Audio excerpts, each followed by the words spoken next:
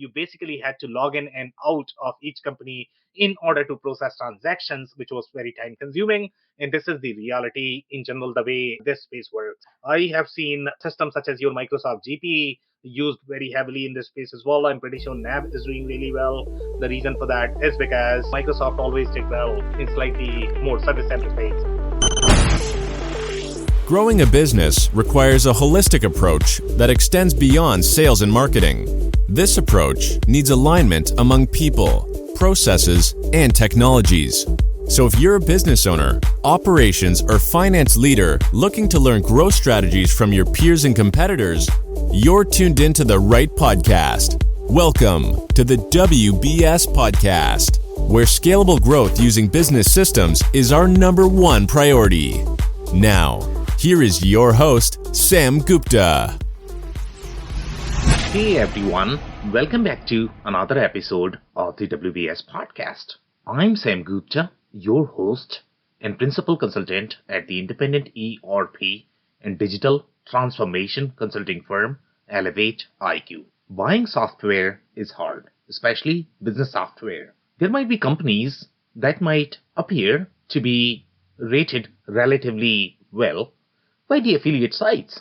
But when you look under the hood, they might be completely different. Affiliate sites are not necessarily looking at the demo of the product or are experts at reviewing the ERPs. Software companies are also really smart at not posting their demos publicly, which could be even hard for customers to know if they may have a real product or if they have an outdated product. These decisions could fire back as bad as not going live. So how does Multiview ERP compare with other mainstream ERP software? In today's episode, we invited a panel of industry experts for a live discussion on LinkedIn to conduct an independent review of Multiview ERP capabilities. We covered many grounds, including their capabilities for the service-centric industries such as healthcare, non-profit. We also covered the issues associated with the lesser-known software packages for the ERP buyers. With that, let's get to the conversation. Hello everyone, welcome to today's show. And if you are joining for the first time, this is part of our industry series for which we meet every Tuesday at 5:30 p.m. Eastern. We review one vendor or the solution. So for today, we have a very interesting solution called Multiview ERP. So we are going to have a lot of fun discussing that. Before we do that, we are going to start with everybody's intros. I am going to start with my quick intro. I am Sam Gupta, principal at Elevate IQ. Elevate IQ is the independent ERP and digital transformation consulting firm. We focus on technology strategy and helping clients with the implementation success. On that note, I am going to move to Andy for his intro. Hi, thanks, Sam, for inviting me. My name is Andy Pratico. I've been involved in ERP software, mostly for manufacturers, for forever, for 4 decades, well before Sam was ever born. Yeah. And I worked all over North America. I lived in the U.S. for 11 years, and I'm an author of a book on Amazon on how to evaluate ERP software, and that's what I do. Okay, amazing. Thank you so much for being here, Andy. And if you're joining for the first time in the audience, then make sure you guys post your questions and comments. Typically, we try to cover them during the show. If you run out of time, then we'll make sure that you receive your answer. On that note, Andy, I am going to start with the quick briefing of this solution, where they come from. Obviously, they are not as well known in general in the ERP community. They have slightly different positioning, and sometimes you are going to see a lot of different ERP solutions on some of the marketing affiliate sites. G2 Capterra, they are really good at positioning a lot of different ERP systems, but you don't really know what is underneath overall, from the ERP perspective, whether the solution is new, old, how good it is, how credible the vendor is. It's very hard to know on these affiliate sites just because they are, and I don't know, Andy, whether you have seen it or not.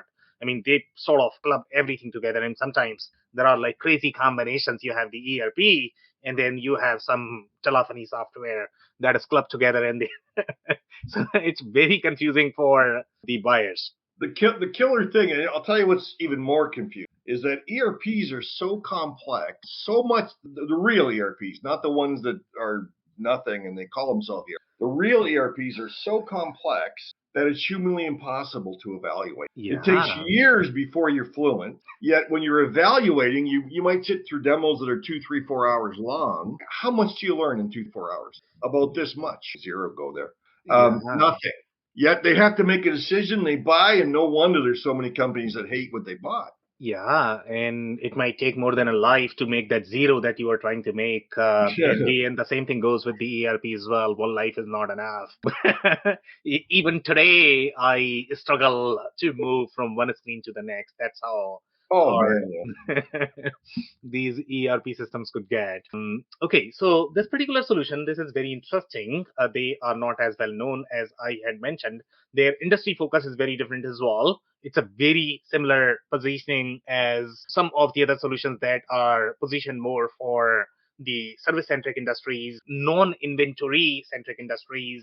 So they are going to have very unique architecture, very unique needs. So if you look at the overarching industries where Multiview really likes to hang out, it's very similar to Sage Intact. You Oh, know, okay. yeah. These guys are positioned for healthcare is very common. They, I believe, are doing in slightly more construction centric, energy centric industries. And typically in these industries, one of the challenges that they are going to have is you require a lot of entities in general as part of the solution. And I don't know where the multi-view name comes from. Typically, multi name in general in the ERP communities would be for the multi-site solution, multi-entity solution when you are going to have a lot of entities and you need to have that combined view when you are going to have a lot of collaboration transactions between these entities, and that's where the multi-entity is really handy.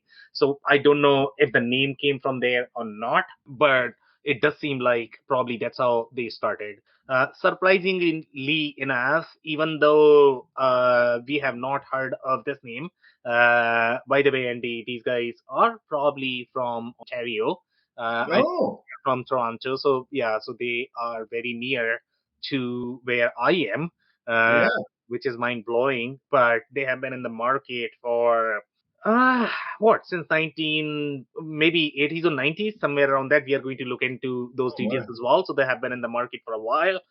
So it's not really new technology. It's a very old technology that is positioned as very new if you are going to look for any sort of demos. And that's the challenge that we have seen, especially in the mom and pop category, that you are not going to find any sort of demos. So the only thing you are really looking at is the marketing material. And it's very, very, very hard to trust marketing material, especially if you're looking at mom and pop solutions. Impossible to trust marketing material. Sometimes they might not even have a code, to be honest. Okay, they might not even have developed the product. It could be that bad in the software space. And unless you sign their NDA, even for the customers, these companies require that they need to sign an NDA, or Right. sign the contract. Unless you sign that, you are not going to know what's underneath. So be super, super, super careful with any software, especially with ERP software. It could get extremely tricky in terms of what they really have, and you are not going to know what is with the software unless you use it. Once you start using it, once you start implementing it, then only you are going to know what is going to fire back. If you are simply comparing, let's say, just based on the contract or the pricing, that's not a right comparison in general, because you just don't know what you are getting out of your money. And the total cost of ownership could be much higher in general. So I'll pause there, Andy. I don't know if you're going to have any sort of comments, experience. Have you come across them? Most likely not, probably. This is one I'm not familiar with, Yeah. but ERPs are ERPs, and it's the old story about the buyer beware, right? Exactly. So we'll go through the slides, and then maybe you are going to have some more comments there. One thing I forgot last time, Andy, and I was really struggling to see the slides. They weren't as bad, I guess, in the video, to be honest. And the reason why I was struggling is because I forgot to do. Oh, Yeah. okay. So now it's not as bad, I guess. I mean, overall, and I don't know if you can see it, whether you see it on your side. So it seems like the font is okay today, right?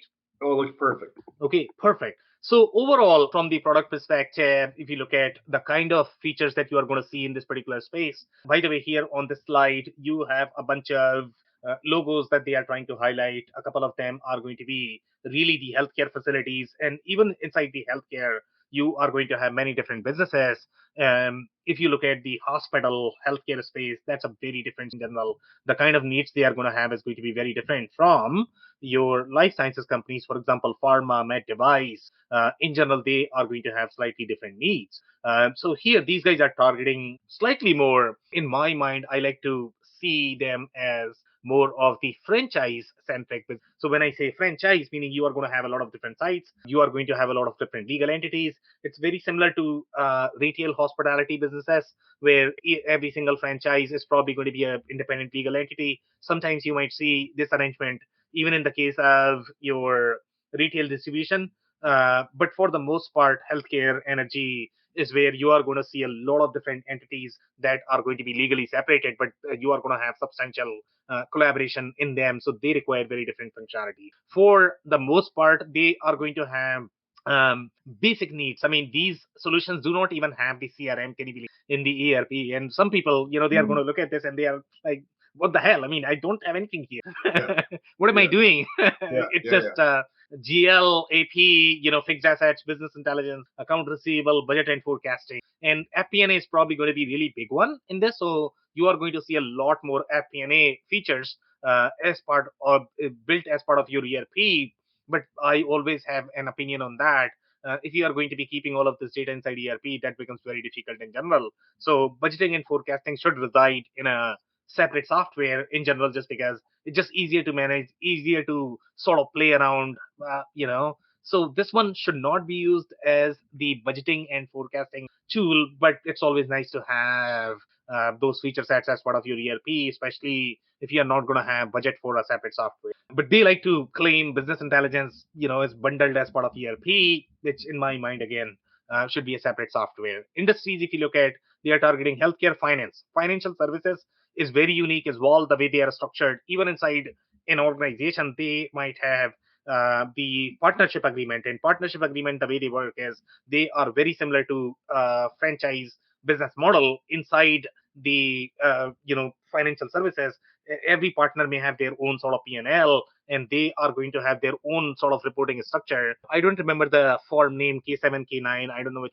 They typically get that. It's very similar to the way you are going to do your financial statement, but it's a very different structure overall from the accounting perspective. That's why your financial services is going to be a very different arrangement in general. Education, not for profit, are two very similar architecture overall from the ERP perspective, as well as from the financial architecture, I guess, is very similar in these industries. And again, these industries are very, very, very similar to you. And do you have a comment?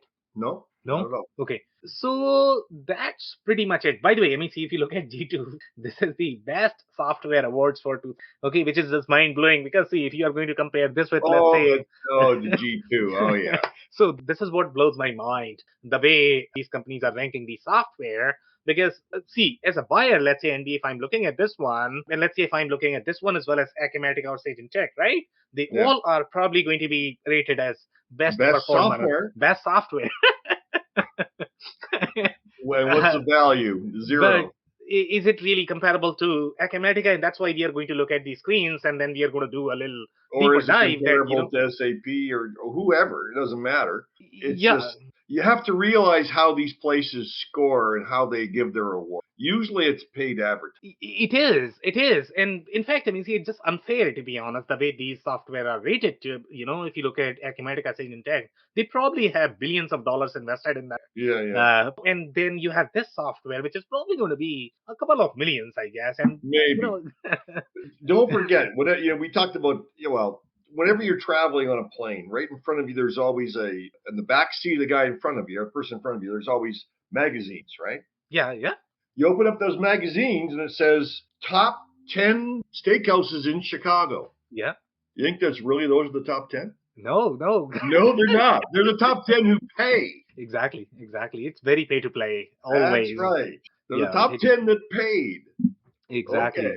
Exactly. Yeah, it's always tricky with these rankings. So always read between the lines. I mean, they could probably. I'm not gonna lie to you, Andy. I look at those lists all the time, even though they are going to be pay to play. Okay, but the way I approach my sort of thought process and selection when I'm going for the restaurant that gives me the starting point. I'm not going to choose first one or second one or third one just because the list says first, second, or third. What I'm going to do is I am going to look at all 10 and then going to see, what is happening. I mean, at least, even if it is going to be pay to play, I can probably have a little assurance that, okay, these 10 are going to be decent enough for me to be able to review and find one that is going to work. So that's how I approach. I don't know if you approach the same or you simply ignore the list. Well, no, I do review them because sometimes there are objective opinions and interesting comments, but you really have to be careful in all these lists because a lot of times it's the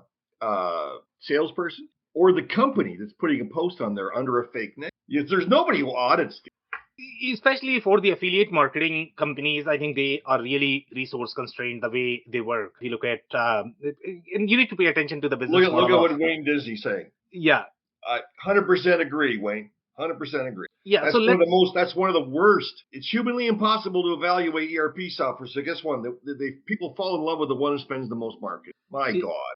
Andy, let's read the comment first so that people can understand what we are talking about. So we have Wayne Jinsey, and I'll read his name as well so that people can follow. It's WAYNE GINZEY.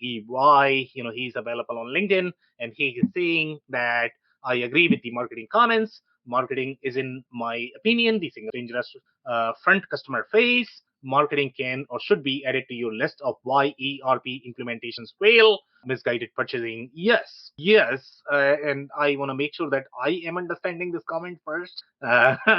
So yes, I mean, there is a lot of marketing hype. I think that's what he is trying to say. That any solutions or anything that you are going to be looking at. In general, if you can speak to somebody who is going to be implementing your solution, typically most sales and marketing people, what they do is they are going to isolate the implementation team. The reason for that is because those implementation people are going to be very technical people and they have tendency to be honest. Exactly. Yes. That's exactly what I said. Okay. And salespeople and marketing people, they don't like it. Because that is honest. Exactly. So you want to make sure that, and by the way, I mean, see, they are also not going to be as comfortable in lying in general, because that, no, and by the way, I mean, even if they are not lying, they are still not going to be, the way they grew up, they are very, very, very uncomfortable in overstating anything. I'll tell you what I tell people that attend my webinars or whatever the case, Sam, is that the person that demos the software to you, know what their title is? Sales engineer. Sometimes, no, it's pre-sales consultant. Pre-sales consultant. Yeah. Pre-sales consultant. Guess what the definition of a pre-sales consultant is? Someone you're never going to see again after you spend. Exactly. What do you think their job is? Exactly. Come on, to make you uncover the truth? No. Exactly. Anyway. All right, guys, we have one more comment from Wayne, and he is saying, lol, but a restaurant will cost you one good meal. That is right. Yeah. An ERP pay-to-play list will cost you the life cycle of your ownership of that application. By the way, the cost of application is peanuts. The disruptions that you are going to get, the implications that you are going to get because of this, okay, the pain, the headache that you are going to get.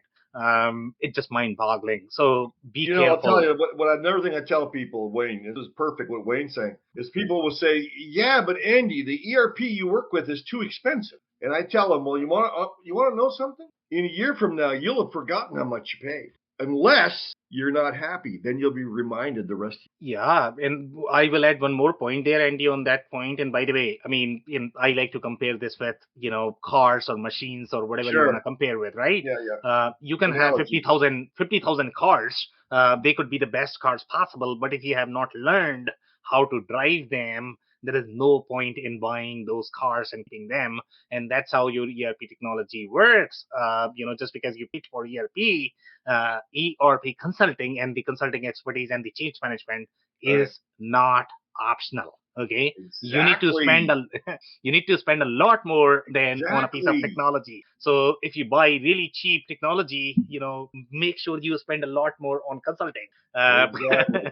Okay, but if you buy consulting that you can trust and you believe in, not just consulting. It has to be adding value. Exactly.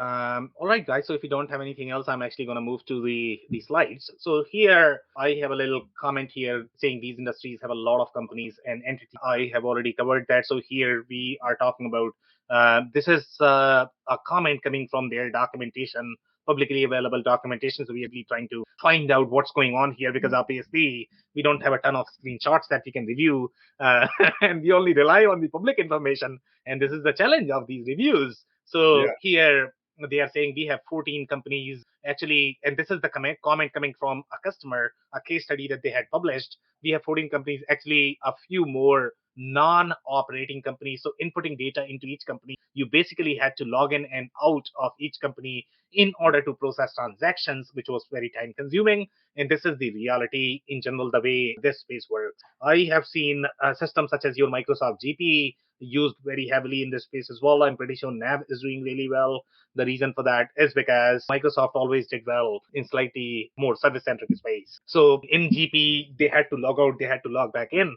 That was the pain point. So maybe this user came from, I don't know which system they came from, probably QuickBooks, and now they are finding this value inside the system itself. That's what they like, the multi-entity aspect of the system.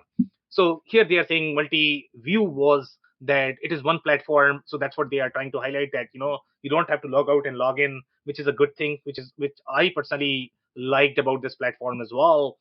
You basically separate data by company and business unit, and you can get all of that data out in one report query. Now, again, this is all marketing speak. Okay, so that's where we are going to review these screens and data organization, and we are going to figure out, okay, where the product is. But when you look at the marketing speak, you will not be able to spot the difference between your Sage Intacct and this solution, or Acumen and this solution. Okay, so you are going to get really fancy ratings, really fancy site, and then fascinating case studies and the logos. And if you are going to decide on this, good luck. Well, Sam, I just emailed you a link to an article I wrote 5-10 years ago. But if you have a look at just the graphic perception. Exactly. Could not agree more. Yeah. And by the way, perception be hard because with ERP systems, you don't even know how bad could it get. It can get real bad. You just don't know. You just don't know. I mean, even we struggle, to be honest. Okay. Even though we are doing the selection professionally, we always find surprises. Of course. Well, I'll tell you the problem, no disrespect, Sam, but the problem with companies that you hire that help you evaluate ERP software is they put so much focus on the demo. And the reality is it's humanly impossible to evaluate ERP in a demo. Exactly. Could not agree more. And that's why I personally don't like demos at all. Right. I hate them. They're just sales pitches. That's all they are. Yeah. And by the way, if you are dealing with the professionals from an ERP OEM, they sort of know how to bully you and not letting you know that they are bullying you. So it could get really difficult in general in the conversation. So be really careful there. So let's move on with the commentary here. So here they're saying, how many expense reports do you process in a monthly time frame? And I couldn't tell them. I had to have a temp help me, and it took 4 hours with Multiview. There is a simple button that you can click, and when you set up employees as a vendor, so you can run a query. I think a lot of things about how quick it is to get data, but we are going to look at their data organization, how they have structured it, and how they are going to compare with the other solutions that we have in the market. So some more commentary here. Again, when you look at marketing speak, it's very, very, very hard to know. And, when we do our study for these things, for these presentations, even for us, it's very hard because we don't know about the solution, and we are only looking at the marketing speak, and it's like, okay, I'm blown away. What is this stuff? Okay. And then you look at the screen and okay, since I can read from the screen, and that's why, for me, I can sort of relate whether the screens are from 1980s, 1990s, right. from 2020. It's sad that you can tell just looking at the screen what era it's from. Exactly. If you have been doing this long enough, I guess, not as long as Andy, but long enough. Well, you see, there's God, and then there's me. Exactly. Exactly, Andy God. Well, there you go, $150 a user. Yeah, and by the way, I mean that's the point I wanted to highlight, because if you actually look at the user, which is not inexpensive. If you look at any other ERP systems, they are probably going to be very But is similar. that per year or per month? This is the cloud pricing, is annual subscription per user. Okay, well, 150 per user is cheap. If it is per year, then definitely it's cheap. If it's I per year, yeah. But I guarantee that they will not be able to afford 150 per year, because in the end, I don't know whether I told you this or not on the other sessions. Typically, when you look at the overarching price or the cost of your cloud ERP subscription, the 50% of the cost that these cloud companies have, it goes to your cloud providers. Correct. Okay, AWS, Azure, AWS, whoever it is. and even AWS is not making as much money, to be honest. And some people just don't understand how this whole software space works, because for them it's just going to be, okay, I have open source and I'm only paying for code. It doesn't work Right. that way. In No. the case of software, the biggest chunk of money, even the infrastructure companies are not making that share. The 50% that is going to your AWS Azure, it goes to Microsoft for VM licenses. Can you believe this? Wow. It's crazy the way it works. And even Microsoft is not making as much money, because they have to pay to a lot of people. Multi-level. Multi-level chain that you don't understand. It's very Yeah, complex. I hear you. Okay. So nobody is as such making money, and these guys will not be able to afford if they are doing 150 per user. And I don't know how they'll be able to afford, to be honest, unless they are on very poor infrastructure, or yeah, I really don't know what's going. It might be harder for them to be able to What a afford. world we live in. Yeah. And by the way, these guys are doing multi-entity, and it's not QuickBooks, because QuickBooks, and that's why they are trying to separate the entity, because the number of transactions that you are going to have in one entity are never going to be as many, and that's why they are trying to sort of separate, and that's how they are able to do 35 $40 per user per month. Otherwise, even they will not be able to afford. And the depth of the transaction is very low as well, in general. And it's not a real database, so you don't really require as much server capacity. It's a file. File is always much easier to make. You don't have the transactional reconciliation built as part of your model, so it just does not consume as much resource. So here, and by the way, I don't even know what technology. It could be file. Who knows? So here they are saying it was founded in 1990. And that's where I came to know that, okay, no, this is not a new company, because, when you look at something like this, I would think that probably they are really new and they are probably have something cutting edge. But no. They are really old. Okay, which is just mind blowing, because obviously in last 20, 30 years, they hardly could get, I don't know, maybe 20, 30, 50 customers, I guess. I don't know how many they have, but obviously their footprint is going to be very low in general. Otherwise, they would have as big name as your Acumatica, NetSuite, or N4 Epicor or whatever. In this industry, you're not going to see them. Right. Yeah. So the vendor's website states, and by the way, this is the commentary coming from Tech. Okay, and Tech is amazing organization as well, because they are also pay to play. So they have given it what 4.5, ranking. So it's very misleading and Tech, you confusing. mean Technology Evaluation Center? Yeah. Oh, yeah. This Yeah, is the commentary. So, it could be very misleading for the customers there as well, because these guys have evaluated. I mean, it's very flowery language, the way, No they have spoken. disrespect, but you know who writes that stuff that's on Tech?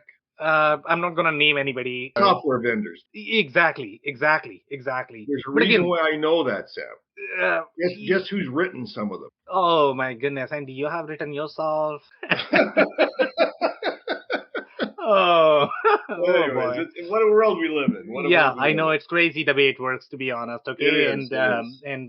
yeah, and that's why it's very hard to trust these sites as well. And that's Oh, why, yeah. I mean, and by the way, I mean, these guys are probably claiming themselves to be independent as well, which is not true, because obviously they are charging their vendors to pay for these things. So I don't know. That's crazy. Independent is a relative term. Yeah, exactly. But I mean, there are companies that are going to be truly independent. They are not charging anybody. But those ones are expensive. Exactly, exactly, because That's they the have to difference. feed their family. Either you're getting paid from both ends, so it's reasonable, Yeah. or you're absolutely objective and it costs got to charge a lot. Exactly. So here they are saying it is designed for organizations of any size in a variety of industries. Here they are also saying some view ERP's direct competitor in the accounting-focused ERP market, and they are saying accounting-focused ERP market I don't know what they mean, but I think what they meant is slightly more service-centric industries. Every single ERP is going to be the accounting focused because obviously you need to have accounting underneath. Otherwise, I don't know how it is an ERP. But they have compared this with these solutions, which is we have the Striven, we have Financial Force, and the Dynasty, and these are very service centric organization. The non-inventory centric organizations is what they are talking about. Okay. Yeah, even the not so popular software are fairly expensive, and that's right. But I don't know whether this is the annual subscription. My understanding is going to be this is probably monthly, but you might want to do something Who else there. knows? Now let's look at the screen. Okay, you are going to find probably 4 or 5 screens, and you have to Oh, dig a lot on the internet to be able to find because you are yeah. not going to find a single demo, published publicly. So now you So don't even this know. this is state of the art 1980. Exactly. And trust me, Andy, I No, had to 19. dig This for is like 1990. Come on, this is two 1990. I had to dig for 2 hours to find any screenshot that Wow. can. Yeah. So crazy the way it works. And I don't know why these software companies are not publishing any demos because people will know about, what they are trying to sell, I guess. So here, this is definitely, I would say 1990.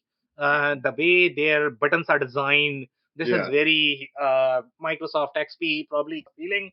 So at that time it would have been new, but obviously these guys are not able to invest as much on the cloud technology. They just don't have as much investment backing, and that's probably the reason why they are not able to innovate their products. So pay attention to what they are doing, and sometimes they are simply going to replace the front end. That does not replace your service layer or the data model. So again, you require far deeper expertise to be able to evaluate these in terms of what you are getting. You are never going to know what issues you are going to get, but when you are using something old underneath, you will always have issues. Uh, okay, just one more point there. I don't know if I wanted to cover anything else overall from the data architecture perspective. I So here now they are claiming it to be multi-entity, but if you look at their data architecture, Andy, it's not true multi-entity because a company has company ID.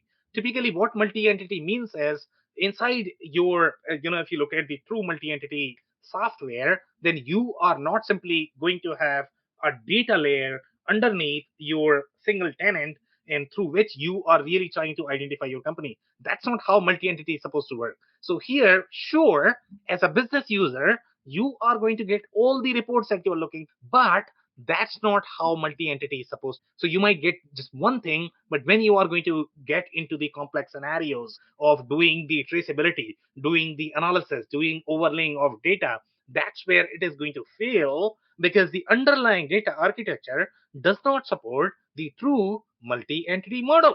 So not only the technology is weak here, the whole data architecture is super weak. It's not supposed to be multi-entity. It's a very simple architecture. The way it is designed, so it's very similar to your single entity with another dimension for your company. You have the company ID, you have the entry ID. Yeah. Now Well, it's got a dashboard. it's got a dashboard, and everybody has a dashboard because they're easier to build. Okay, That's easier to right. show, It and this looks is what. pretty. It makes this. They don't have to fix the software. Just put some dashboards in. Yeah, exactly. This is how demo starts, Andy. This is Okay, this is a demo. There you this is go. this is how it's gonna start. You are gonna feel okay. They are going to start on a good feeling. Everybody's sort of settled. They saw something pretty, and now comes the reality. Sometimes they'll show you, sometimes they won't, depending upon how many questions they get on the pretty screen. And the next thing that you know, you have signed the contract and you married somebody else, but got something else. I don't know, Andy, whether you are familiar with these shotgun or arranged marriages. I mean, not I've every heard culture. about them. You show something else and get something else.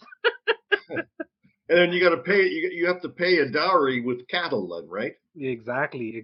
That's also a challenge. Yeah, you paid for something else. So this is a similar comparison. Exactly. Oh my goodness, that is so funny. Okay, so here again, the if you Bill's pitch was a bit pushy. yeah. Oh, So quarter end. Oh, they gave him a special price. yeah. So we are going to look at that. But I mean, one thing that I wanted to highlight is, let's say if you are not able to find any sort of demos and you are looking to see how you might be able to find a little bit of information about the product. I would say what you could do is you could pay attention to the reviews. Don't look at the stars. Don't look at the company or anything. I mean, see, what you need to do is you need to pay attention to inside the review. The more detailed the review is, pay attention to what the person is saying, and then try to correlate who the person is, what is the size of their company, what is their credibility. That's how you sort of read between the lines of these reviews whether you can get any sort of intel. And sometimes the reviews are going to be paid as well.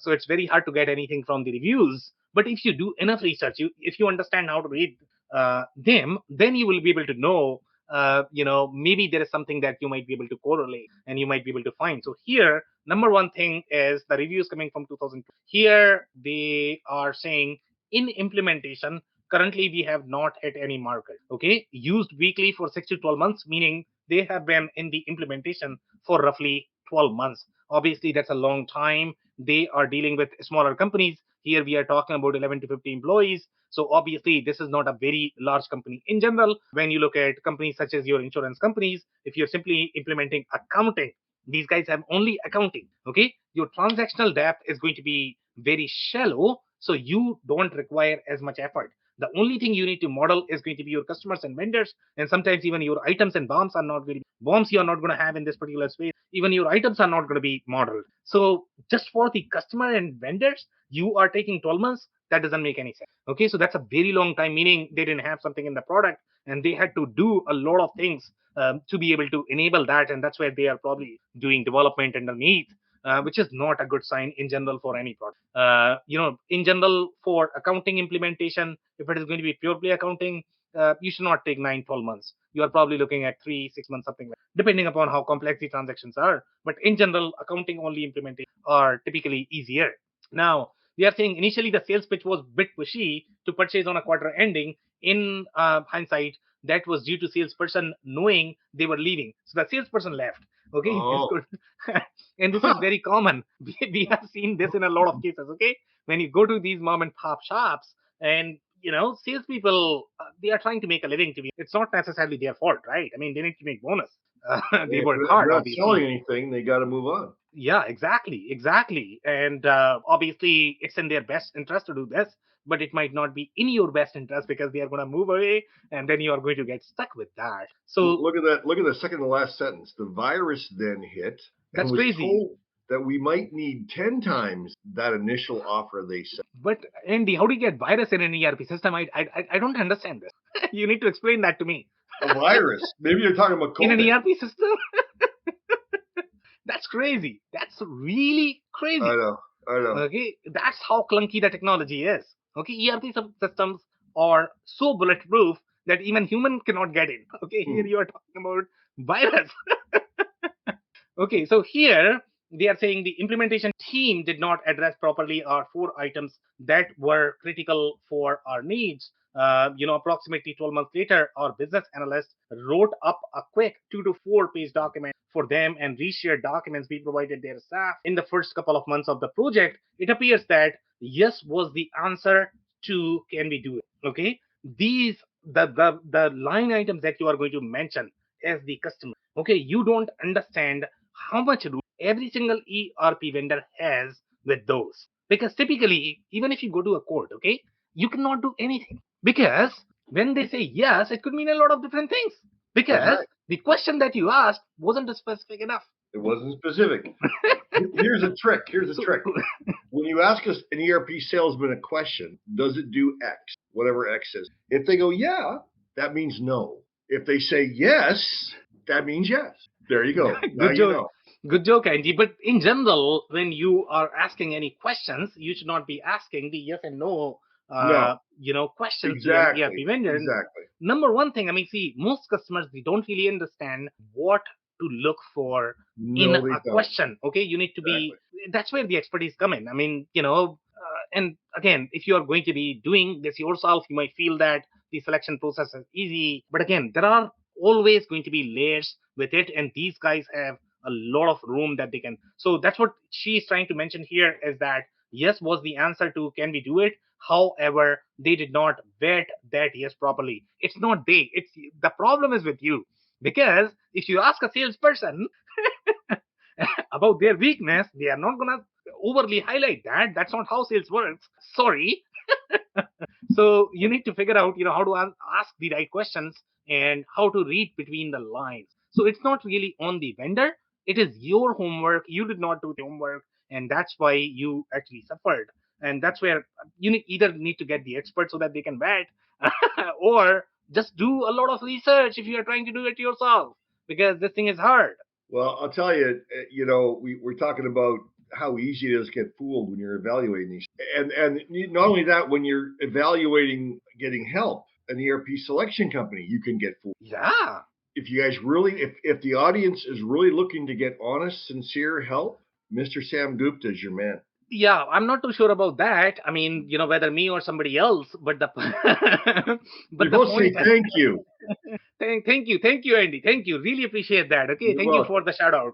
You're welcome. But the point I'm trying to make here is that there's just so much room, so much room with these requirements, and unless you are doing this on a daily basis, and sometimes we get into these, honestly speaking, these reviews, and there is only so much information that these vendors are going to give, and it becomes very hard to evaluate because obviously they are trying to play and they are not going to give you everything. So even for us, it's very, very, very hard. Think about how hard it is going to be. So now moving right along, and here they are saying the service overall was fine. Main person kept pushing off the key items for later. That's how it works. They found that fine. My goodness. If my customers, if I did that to my customers, they would shoot me. Well, because they were fine. They just never answered my question.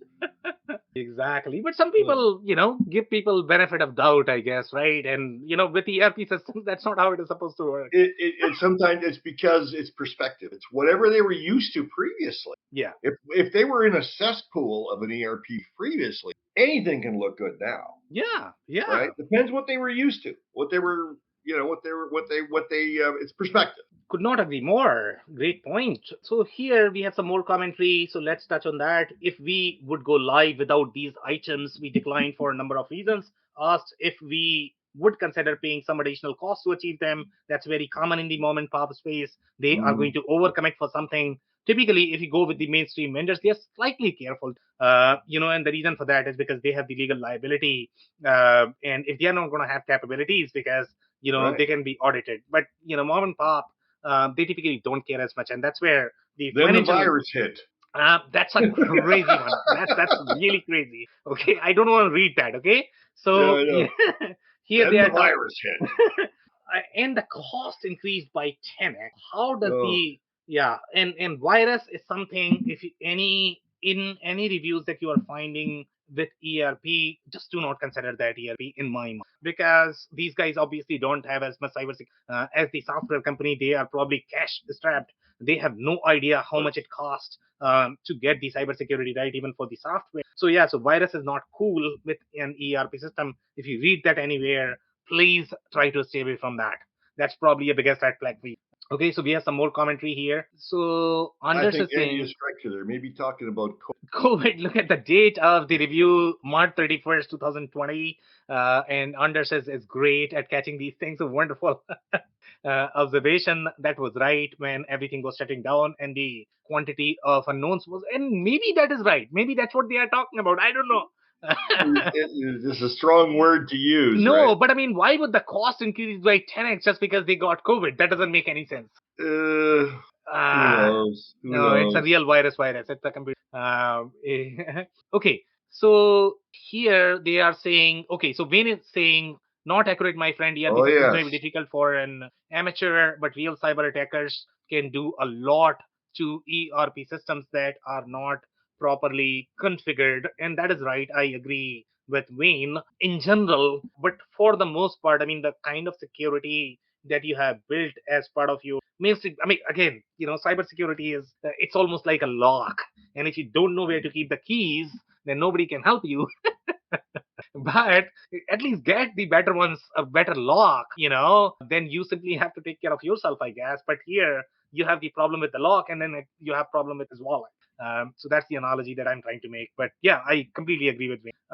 Okay, some more commentary here. So here we have one more user used weekly for 6 to 12 months. This is This coming guy from loves it. yeah, so this is coming from 2018. I like best include the search options that can be performed on a multitude of items such as amount, invoice number, keyword. Then it can be a glitchy at times, but this isn't a big deal because customer support is able to resolve issues right away. In general, when people feel that it can be glitchy, what that means, especially when you talk about mom and pop, you have a lot of bugs underneath. They are never going to tell you what's going on underneath. Whether somebody the database table is getting deleted because you are buying a box and nobody really know what is happening under the box. So that's why with cloud systems, especially, you need to be so careful. Why do you have glitches? Is it really because of the configuration? In general, if it is going to be because of the configuration, then your OEM vendors, the vendor that is actually creating the product, they might not be able to resolve them. You have to go to a consultant, right? But in this case, probably the OEM and consultant, both role are played by this company. But again, glitch is not a good thing. It should not be glitchy. Here, then we are talking about without any written or guided instruction on how to use them, such as reporting, AR, etc. I would like to see some more guided training. Okay, so one of the things that you are going to see in the mom and pop space in general, they are really good at writing code. That's how these companies started. Okay, but they are going to cut down significantly on the documentation and training, and nobody else can understand that code except the person who wrote it. Okay, even within the company itself, if you are going to ask for support, you are going to get challenges because the people who are supporting, they also need to rely on document of the product even for the internal support. Okay, so number one, you are not going to support, not going to get external support, and you are also going to struggle with the internal support because nobody can really understand the product. Even if I write the code ending, okay, and if I go back after 2 months, I need to look at my own document. That's All how right. I understand my handwriting. Okay. Exactly. And if you don't write it, And if nobody. somebody else is trying to read your handwriting, just go figure that out. Exactly, yeah. And I'll make sure, I mean, see, if I don't like somebody, I'll make sure that the handwriting is really bad.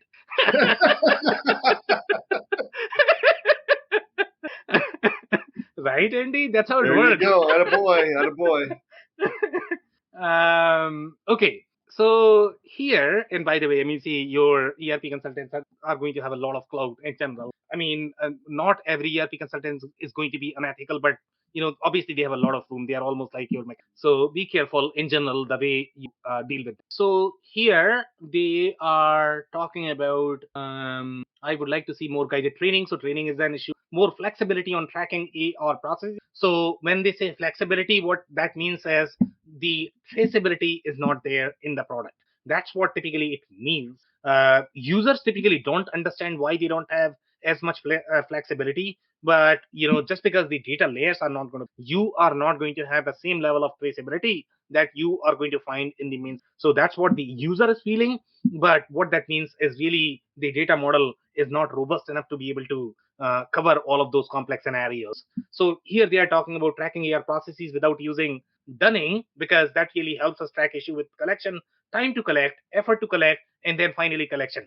Again, he is talking about number one, the data layers may not be there. Number two, the correlating those data layers is going to be very difficult in general, just because if the data is not going to be there or inadequate data is going to be there, both could be equally applicable, and that's why this could be really hard, especially with the ability to tie cost or markup of an item to the final bill out of an order using barcodes. Again, these are some of the basic feature sets. I don't know why they are not able to do it. Barcodes may be trickier. The reason why it may be trickier in this particular space because they are designed for the service centric industry, so they don't really have as busy warehouses in general. But when you look at healthcare, they are going to have little inventory. They are still going to have inventory, so they still need the cost, the markup, the barcodes. So of the service centric ERP systems, they are probably going to use an add-on, and you are going to have a little communication issue because that's not the mainstream functionality. So again, in my mind,